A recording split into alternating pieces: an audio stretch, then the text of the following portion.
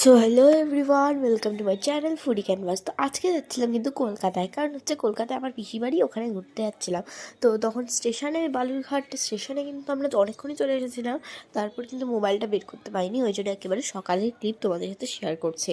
তো তারপর আমরা কিন্তু ফারাক্কা পেরিয়ে তারপর হচ্ছে আমি কিন্তু একটু ঘুমাতে বসেছিলাম। আমার ঘুমানোর সময় আমি যে একদম ভুলেই গেছিলাম ভিডিও করার। তো তারপর লাস্ট অফিসের ভিডিওটা করে কিন্তু আমরা সোজা পৌঁছে গেলাম কলকাতায়। আমাদের ট্রেন ছিল আজকে 5:45-এর।